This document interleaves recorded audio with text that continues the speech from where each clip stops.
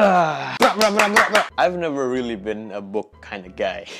I usually spend my free time playing video games, watching movies, and the only books that I've read are usually books for school or the Diary of a Wimpy Kid books. But last year, I bought a Kindle. The Kindle, to kind of force myself to start reading more, you know? And well, I am a college student now, so I can't just keep consuming memes and shitposts. I gotta consume more productive and informative, insightful things into my brain. So I made a goal of reading 20 books in a year, and I actually surpassed that. I read 24 books in 2020. So here's a brief review of the things I read in 2020. Starting off with Edensor. Yeah, so I started reading Edensor again after my first semester of college, and I chose to start with this book because I knew that it covered some of the topics and experiences that I was going through at the time. This book tells the story of Ikal and Arai, his cousin, as they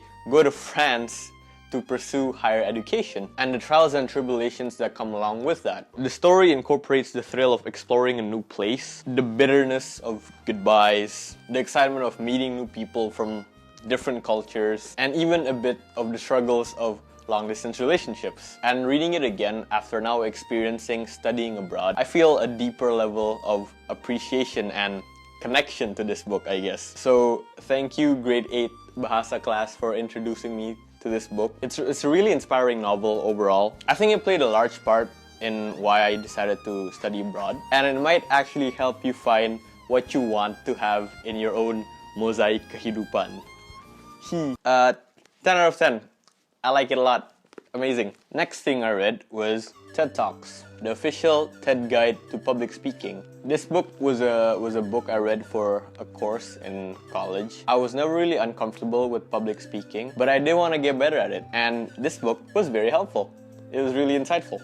It had a lot of great tips in it. It kind of changes your perspective on public speaking a bit. It tells you that if you want people to listen to you, you have to be a storyteller. You have to paint a narrative. So 9 out of 10, it's applicable to human interaction in general. Really, really, really nice. Very helpful. Next thing I read was The Undercover Economist. This is also a book that I read for a course, for an economic class. And it actually made my monkey brain interested in academic theory, somehow. It's not really an easy book to read. I read other things in between finishing this, but I did enjoy it and I found it to be really informative, and it's a very digestible economics book, I guess, compared to normal economic textbooks, and it basically covers the same things. This book talks about globalization, free trade, comparative advantage, demand and supply, game theory, externalities, poverty, and China. Wow. It delivers all that in an interesting enough way with simple real-life examples and a pretty fun way of writing. It's an academic book without the academic vocabulary. 8 out of 10. I like economics now. Next book I read was Cat in the Hat. It's Dr. Seuss. It's a classic. 10 out of 10. And the next book that I read was 5 centimeters. This is a really endearing story of a likable group of friends conquering a mountain. The highest mountain in Indonesia, actually. So that's pretty cool. There's a bit of philosophy in here. There's love and drama and music incorporated into the story. And I actually saved a few songs from the book onto my Spotify account. So I like that a lot. You'll definitely be inspired and emotional reading this. So, great book, 5 cm. Good job, Donny. It's lovely. 10 out of 10. Next book, Art of War by Tsun Tzu. This is an interesting enough read, I guess. It's neat to read something from such a distant era. It's written in like 5th century China. So reading it's kind of like a time capsule. But honestly, most of the stuff here you can't really use at all. It's really just a guidebook for war. But there are some really solid advice here that you can apply to your daily life. But they are few and far between. 7 out of 10. I'm Genghis Khan now. It's alright. The Uncanny by Sigmund Freud. Freud likes sex. 8 out of 10. Next I read Steal Like an Artist, Show Your Work and Keep Going by Kleon. I absolutely love these 3 books. I guess they're all self-help books, but they have a clear focus on creativity. It also features a lot of neat quotes by famous people, so I highlighted a lot of those. That was fun. And there's a lot of illustrations to visualize the concepts that Austen is trying to tell us, which my monkey brain likes very much. These books have a very Casey Neistat feel to it, so that's cool. I like that. All of them are an easy read. The writing's endearing, and it provides a lot of concrete steps that you can actually take to make your creativity or your work just flow better. They're just books that I'm glad that I've read. I can't recommend them enough. 10 out of 10, all 3 of them are very inspiring. Next book, Anything You Want by Derek Sivers. So this book is about a bald man who started a music distribution business that pissed off Steve Jobs. This is a really great book about taking initiative and starting your own thing. The author, Derek Sivers, was the guy who founded CD Baby. I'm very interested in the music industry, so this book was just perfect for me. But if you're not into that, that's okay too. The lessons here are entrepreneurial, and it's applicable to other industries and anything that you want to do, really. 10 out of 10. It's an actual must-read, and it's not that long. I read it in one sitting. The Courage to Be Disliked. This book introduced me to Adlerian psychology. Yeah.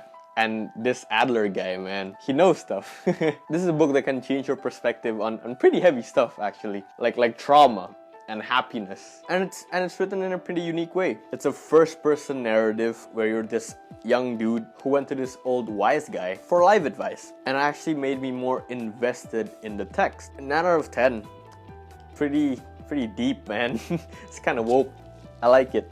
Next book, Jojo's Bizarre Adventure, Part 7. Steel Ball Run, baby! So everybody on the internet says that Jojo Part 7 is the best part. So I decided to give it a read. And Part 7 do indeed hit different, man.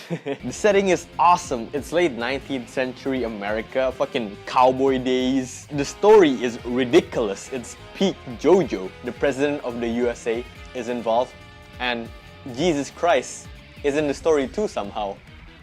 Yeah, the art is amazing. Look at this guy. Look at this panel. The fights and action in this part is so cool. The racing parts especially are so very exhilarating. And the 2 protagonists are just exceptional. Except for parts 1 and 2. All the Jojos have had their own crew, their own gang. Jotaro with the Crusaders, Josuke with the gang. You get it. And they're all great. I love me some Polnareff and Okayasu. But having just Johnny and Gyro to focus on really makes the story feel more personal. Araki spends a lot of time showing us scenes of just mundane things, like brushing their teeth, cleaning their horses, exchanging jokes.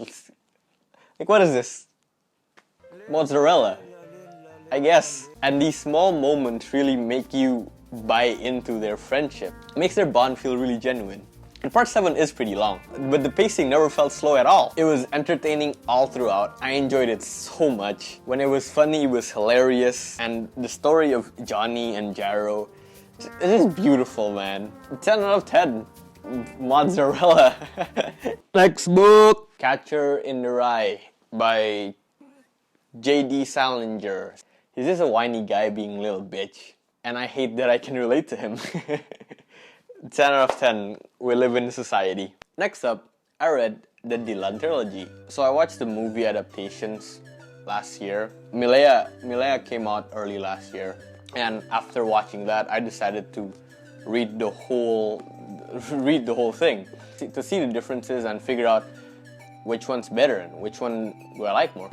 And in short, Dilan 1990 was funnier. Dilan 91 was more dreadful, and Milea was more emotional and more philosophical for me. The movies lack a lot of the mundane details that made me fall in love with the characters in the book. I much prefer the Dilan and Milea in the books rather than the movie. Milea is much more sassy and smart. In the book, Dilan juga, he felt more human and it's funnier. But despite this, I still really like the movies. 10 out of 10. If you've watched the movies, you're probably gonna love the books. It's a lovely story with a lot of twists and turns. I like it. It's a stupid teen romance. Next book. Convenience Store Woman. This book's about a woman who's worked at a convenience store for 18 years. She's basically an Indomaret. And she's a very quirky protagonist, borderline sociopathic. This leads to a lot of funny interactions that actually made me laugh while reading the book. However, underneath the quirky humor, there's a solid commentary about gender roles and society. And it caught me off guard, and I liked it a lot. So, 10 out of 10. Big funny, pretty woke. Next book, Filosofi Teras. Yeah. So this is an Indonesian book that talks about Stoicism, and it is very good. The book itself is very lighthearted and humorous despite its philosophical topic, using Indo slang and humor in its writing. And I think it's a great introductory book to the concept of Stoicism. And it even says that if you like it, you should read the Greek classics that inspired it, like Meditations by Marcus Aurelius. I'm gonna read that sometime, hopefully. It's very insightful and ya, ngubah perspektif hidup juga sih. The book always kept me engaged. It made me very interested in Stoicism, and it paints it in such a modern way. And it maintained a fun pace by inserting interviews and data and statistics here and there. It made the book very dynamic with a lot of variety, you know. 10 out of 10. It can make you happier, I guess. Oh, okay. Next book. Attack on Titan. Ow, it's season 4, baby! I caught up with the anime. I watched season 2 and 3 in a couple of days, but I craved more. So I started reading the manga, and I read from the very beginning, and I read up until to chapter 135. I'm on 138 now, and holy shit! And oh boy, bro, season 4 is gonna be, whew, it's gonna be insane. Reading the manga, going through the story again, after learning about the stuff revealed in season 2 and 3, really puts everything in a new context. The story evolves in such a masterful way. It's crazy if Isayama planned this from the beginning. It's so thrilling. You need to read the manga. It's so good. 10 out of 10. It's perfect. Next book, The Old Man and the Sea by Ernest Hemingway. This book was honestly a chore to read. Everything was explained in such excruciating detail. It's just a guy fishing. However, the message of the book is pretty great. It's inspirational to anyone really, not just fishermen. So, 7 out of 10. Always bring salt on a boat.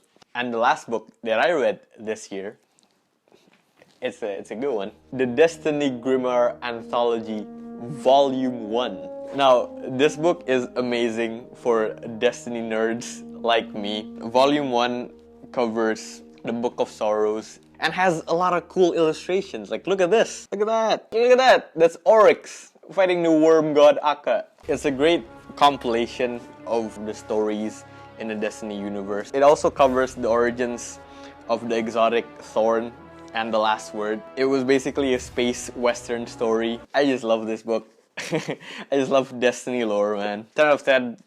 Fucking, I love it. Perfect. So that was the 23 books that I read in 2020. This is a fun challenge for me to do over the year, and I definitely hope to read more in the future. London is currently in Tier 4 lockdown, so I'm slowly losing my grip on sanity, and I just needed to talk to the void for a bit. Sekian, terima kasih.